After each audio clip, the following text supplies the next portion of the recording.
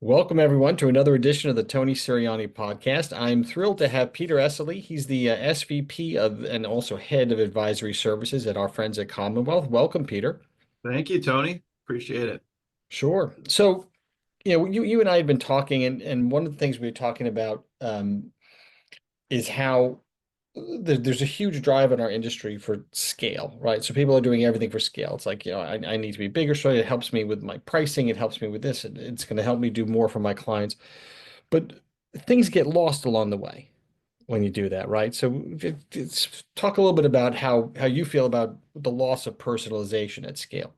Right. So absolutely. I mean, if you kind of think about just the last 20 years, probably even go back further than that, 30 years in our industry has been this fierce pursuit of scale and efficiency, which makes sense, right? Because as more advisors become holistic wealth planners and spend less time on the day-to-day investment management, they're thinking more as business owners as opposed to money managers or stockbrokers who grew up in the 80s and early 90s environment. And so this pursuit of scale absolutely makes sense, where you become more efficient, you streamline your operations side.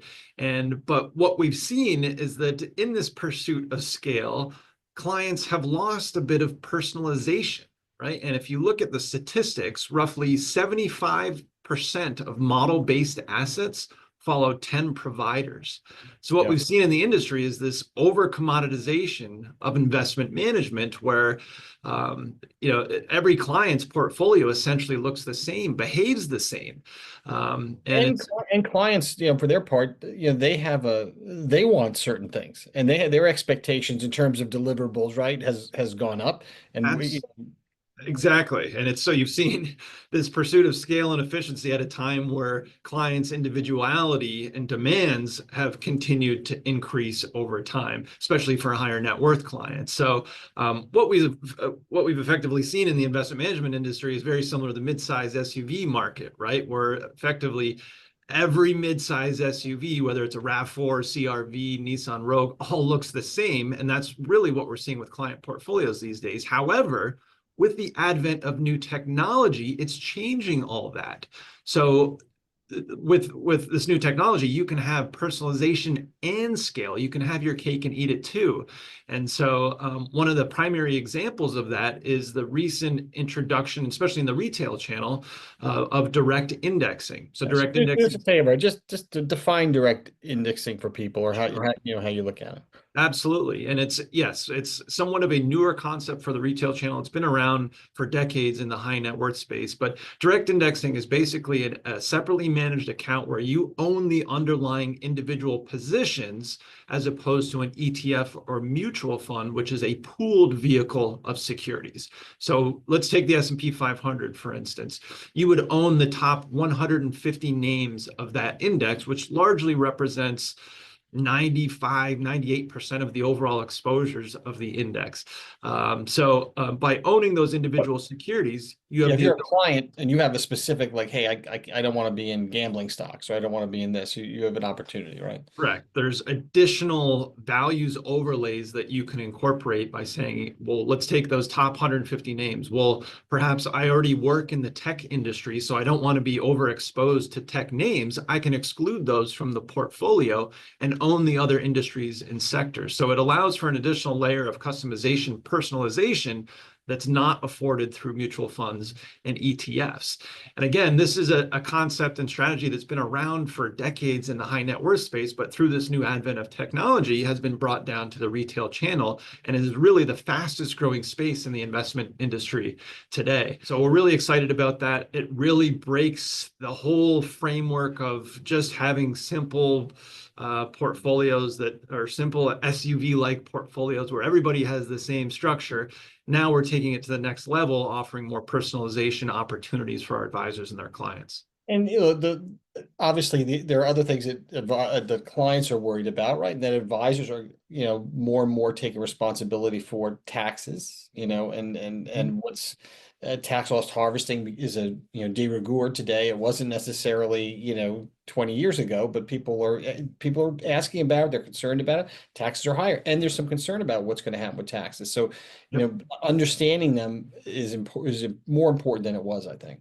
Absolutely. And you got it, hit the nail on the head with that one, where the single most important and key feature of direct indexing is really the tax efficiency component, where you can tax loss harvest in all markets. So with an ETF or mutual fund, you can only harvest losses in a down market. If you own the top 150 names in the S&P 500 in any given year, even an up year with the S&P 500, roughly 35% of the names in that index are at a loss. So by owning those securities outright, you can harvest those losses to offset gains over time, effectively increasing your cost basis year after year after year. It's sort of like owning a property. Imagine being able to own a property and increasing that the cost basis in that property with inflation or over time, year after year after year. So the tax efficiency component is incredible, goes well beyond what you would see from a mutual fund or ETF construct, which is why this is the fastest growing investment segment in the industry today.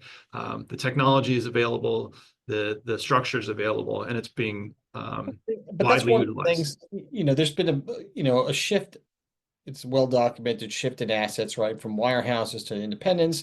And look, 20 years ago, advisors, didn't look at, if you were in that a wirehouse or regional world, you didn't look at the independent options. And the reason you didn't look there is you were told that if you go independent, or you go, you leave the big firm or the big bank, there's going to be a diminution in quality service. There's going to be a diminution in technology, and there's going to be a diminution in products. You're not going to be able to have the same sophisticated products. That's right.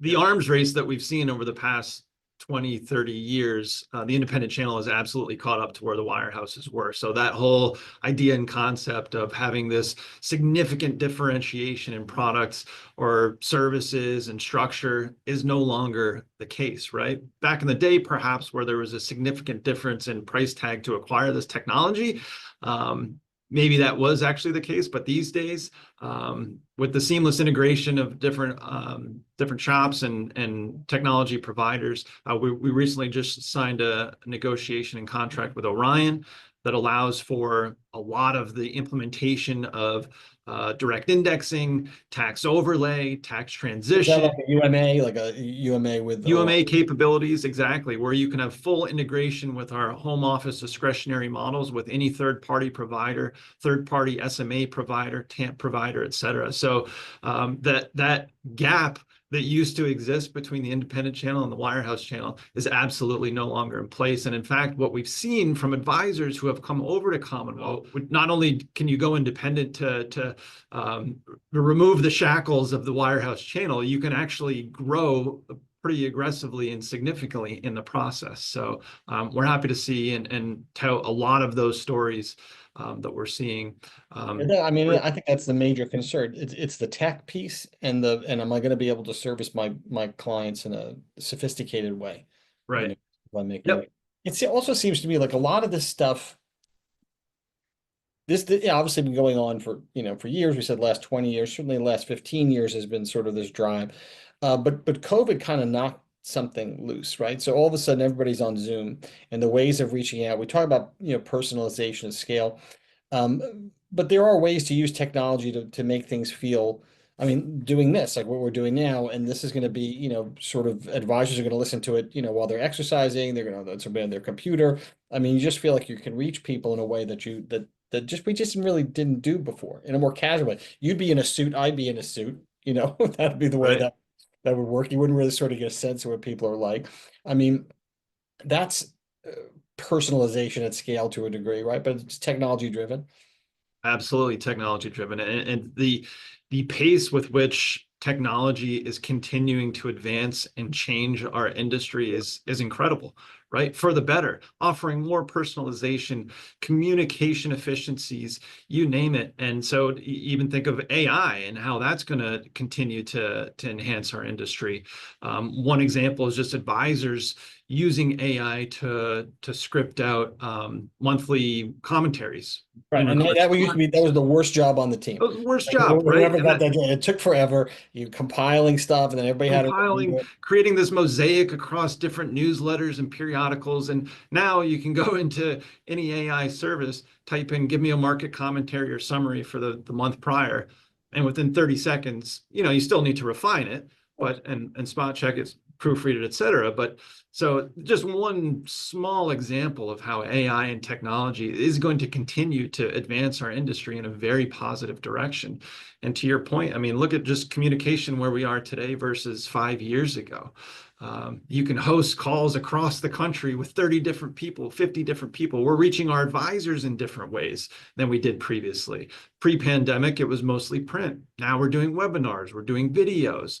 So it allows for additional engagement, and our advisors are seeing that with their clients as well. And the trick seems to be, you mentioned commoditization, but commoditization has many forms, right? So there is commoditization in connectivity. There's commoditization in communications, in anything. And advisors really need to strive to separate themselves, Yep. from that. Because if everybody's doing the same thing, like you mentioned, if everyone's selling the same minivan, what lot are you going to go on to make You, it happen? That's exactly it. And that's that I tell advisors that repeatedly is that what we're building in 2025, from direct indexing to tax transition to tax overlay, UMA capabilities, will help you differentiate from that advisor down the road. You don't want a client to come into your office to say, do you have X, Y, or Z? And your response to be, no, sorry, I just don't support that particular structure or model.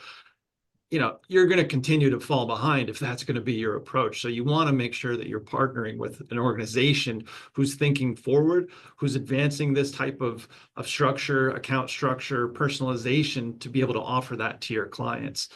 So it's something that we spend a lot of time thinking about, where the industry is moving, what types of products, services, and solutions can we make available to our advisors so that they remain competitive in the marketplace. Because as we said, things are advancing so Yeah. quickly that if you pause, you're already falling behind. And for 25, the big push is this personalization at scale, Mhm. and the firm helping. What about some examples, of advisors sort of, taking advantage of this stuff in their practice on an everyday, basis? I mean, Yeah. you want to increase wallet share, right? So how can they do it? UMA is one way, you know, Mhm. to get it. It's yeah, I mean, we view ourselves as time merchants, right? At the end of the day, that's what Commonwealth is here to provide, is more time back in our advisors' plates, back into their day. On average, advisors spend about 13 hours a week on portfolio investment management related activities. That's a significant time of an advisor's year that's probably better spent getting in front of clients, focusing on holistic wealth planning, looking for tax alpha, advisor alpha, as opposed to investment alpha. So all these solutions that we're advancing are meant to help and put more time back into an advisor's day. So yeah, personalization absolutely is a focus. And if you just think about it in a unified managed account structure, moving away from that commoditization of investment management, where you have to follow one model that says, well, I need to have 70% in domestic and 30% in international. In a UMA structure, you can say, I don't want any international, or I want to hold this concentrated stock exposure, and I'm going to tax transition that efficiently over time. So really, in a UMA structure, the possibilities are endless at that point. We're turning portfolio managers into managers of portfolios. So really exciting stuff, and our advisors are certainly keen to introduce these concepts to their clients. Yeah, I mean, look, it is a competitive landscape. So, the more personalized you can make things, obviously, the better off you're going to be. Yep, And I think also personalization is sometimes one of the things that's missing at the big banks.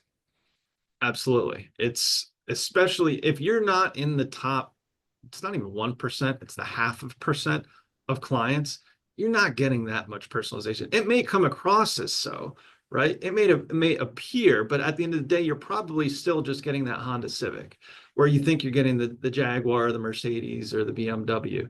But at the end of the day, it, these large wirehouses, these large banks, they need to scale their businesses as well. What we're offering and introducing is technology that allows our advisors to do that at the retail channel for your everyday client on up to higher net worth clients. So And this is applicable, across the board. You don't have to have 10 million bucks to do it. You can oh just, no, absolutely not. All the way down to our smallest account sizes are $1,000, and they go on up to there into the hundreds of millions of dollars. So which is another absolutely. thing that, it's very difficult to work with. First of all, there's a lot of reasons to take a smaller account. You know what I mean? From it's a friend, it's you're doing it almost pro bono, to they turn into big accounts. So there's it's hard to only, say, well, this guy with $100,000, this is going to turn into something. I know that they're going to have a Right. liquidity event or something's going to happen one day down the road. Absolutely. You need to look at the long term, the potential of what that client represents. I hear it all the time, right? Well, I only focus on A and B clients. Well, that C or D client may turn into an A or B client over time. So you need to think about the long-term trajectory and not just simply what that initial dollar amount coming through the door represents. And allowing for personalization of scale lets that person feel like they're important, even though we are putting them in a package and, moving it down the road, but they feel like they're getting the attention that they want, if they're, Not only letting them feel like they are, they truly are, right? So think of the example of direct indexing, where if you had a client come to you 10 years ago who said, I want the S&P 500, I want to own the individual securities, but I don't want to own X, Y, and Z stock. As an advisor, you had to go in, create that model portfolio, exclude those positions, make sure you rebalance that on a monthly right. basis or quarterly, whatever frequency you chose. Now, through direct indexing on a daily basis, the technology will look through that account to say, well, we don't want to own these securities. We want to constantly harvest losses to offset gains over time. You couldn't, through a manual process, you simply couldn't replicate that type of a strategy. Not So enough time, not enough time in the day for that. not enough time in the day, not enough time in the year to Yeah. Yeah. represent to incorporate that. So but we're really just at the tip of the iceberg when it comes to advancements in technology to allow for customization, personalization at scale. So it's a really exciting time in our industry where we're going to see more and more of this every year, more advancements, more introduction. And again, a lot of this has existed in the ultra high net worth space for years, but through these advancements in technology, it's now being brought down into the everyday channel. Look, I'm going to say that's a high note. I want to leave it on a high note. So Yeah, that's good. I I agree. appreciate the time. Appreciate being here. Yeah, let's talk about this stuff again. Let us know what else you guys have, coming out. We'd love to hear about it. Absolutely. Thanks so much, Tony. Great to see you, and I appreciate the opportunity. Good to talk to you.